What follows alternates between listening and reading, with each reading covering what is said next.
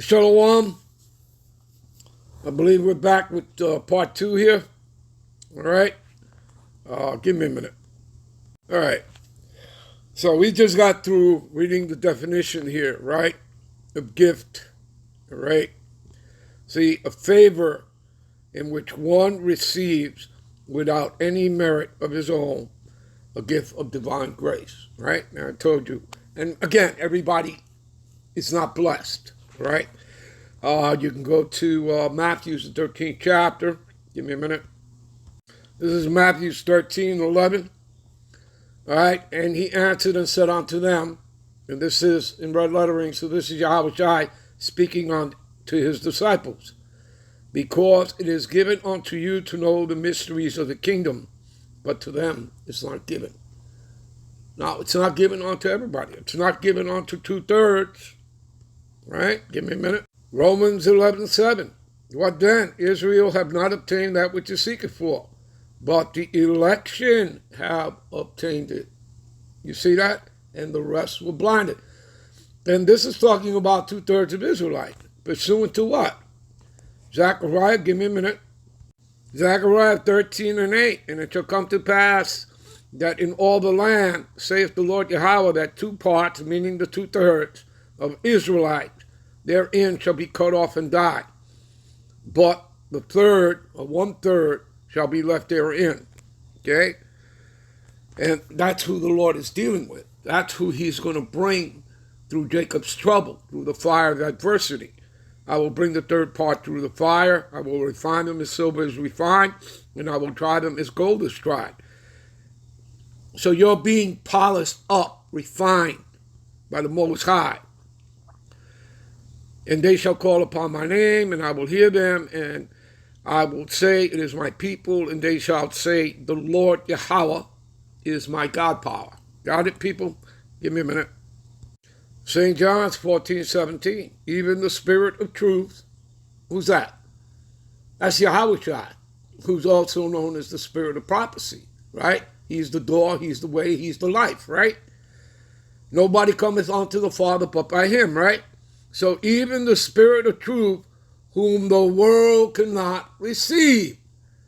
Okay, do you see that? Because it seeth him not, and neither knoweth him. But ye know him, for he dwelleth with you. Where does the Lord dwell? He doesn't dwell in churches, in temples built by hand. He doesn't dwell in buildings. He dwells amongst his people. Right? The kingdom of God is within you Israelites, you Negro, Latinos, and Native Americans. They make up the 12 tribes of Israel. All right? And he shall be in you. Give me a minute. Let's go into the definition of election. Strong's G 1589, eklage. Okay, this will prove to you again that the Lord is not dealing with 2/3 of Israelites. He's not dealing with the world. He's only dealing with his elect, of 1/3. They're the only ones that can come in and receive this truth, wisdom, knowledge, understanding of the scriptures. All right? The act of picking out, choosing, right? The act of the Most High's free will by which, before the foundation of the world, he decreed his blessings, right? He ordained this, right? Decreed in the heaven. When he what? When he first created you as a spirit. Blessings to certain persons. You're going to find out that those blessings to certain persons are amongst the nation of Israel, amongst you Negro, Latinos, and Native Americans. And yes, we have brothers and sisters scattered into all nations. They're going to look like the other nations, speaking that nation's tongue, but nonetheless, they're Israelites by the seed of their fathers. We were scattered into all nations. So you're talking about many generations, all right? When an Israelite man got together with a heathen woman and they had children, well, those children are Israelites. That's the seed of the father. Okay? So they may have taken on through generations, right, the outer appearance of that nation and speaking that nation's tongue. Nonetheless, they're Israelites. You understand? We've always told you that. All right? So a decree made from choice by which he determined to bless certain persons through Yahushua the Mashiach, right? His son, by grace alone, right? And we've read this already, right? Reading favors, right? A thing or person chosen, right? Again, you don't choose the Lord. He chooses you. Okay? St. John 15:16. Ye have not chosen me, but I have chosen you. See, a person of God's elect, right? Go up here, we click on root etymology, right? Pick out, choose out for oneself. Choosing one out of many, right? Many call, few chosen. Now, watch this. Of the Most High choosing whom we judge fit to receive favors. Didn't we read that? About the definition of the gift? Yes, we did. And separate, this means to be sanctified. Okay? Separated from the rest of mankind, to be particularly of his own, to be attended to continually by what? His gracious oversight. That's done through the angels. The eyes and ears of the Lord.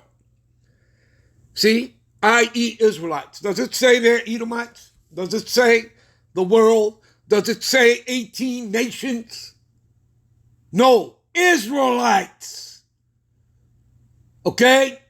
Among you Negro Latinos and Native Americans, there is an elect. Do you understand? And that's who the Lord is dealing with.